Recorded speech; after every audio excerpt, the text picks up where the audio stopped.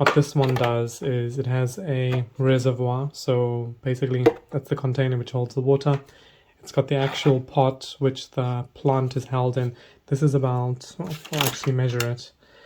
It's an 8 centimeter pot, and then I've got some wicking string, yeah, which this all came together, and I just bought it for real cheap online.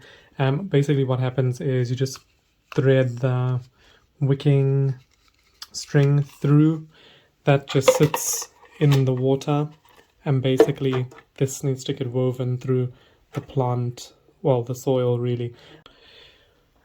So I've picked my African violet. It's going to be this one here. You can see how leggy it is. Leggy being it's just reaching for the light. The crown actually is all the way over here, right there. So this is all leggy growth.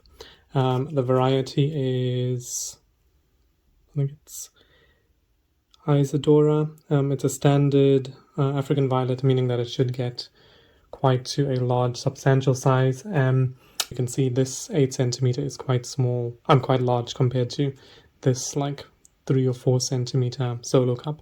So what I will do is I'm going to try not to make it. I'm not going to fill up the whole thing with soil. First things first, I'm going to thread the string through and make sure it touches the bottom of the container. So right there, it's not really touching it, so it wouldn't capture the water. And then I've got enough string just to thread around the soil. Basically, just one contact between this and the soil. Put the soil in. Just going to slightly compress that down so there's not much movement in the mix. And I think that's about enough.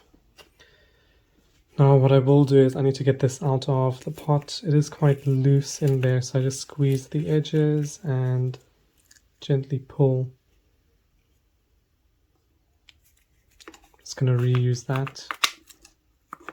And now just going to try and cover it to the best of my ability without covering the crown, because if the crown dies, the whole plant dies.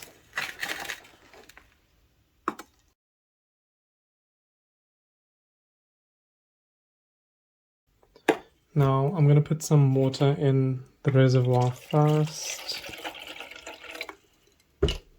As long as the bottom of the pot is not touching the meniscus of the water, that's fine.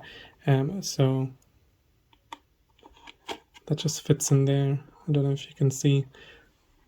The string is now touching the water, just over there.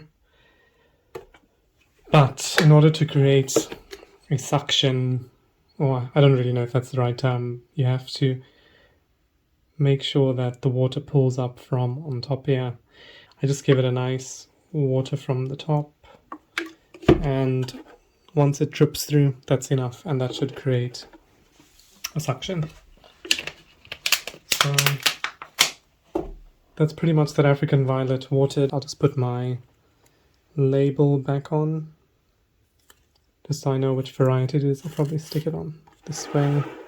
There we go. And then I'll just pop it onto a windowsill.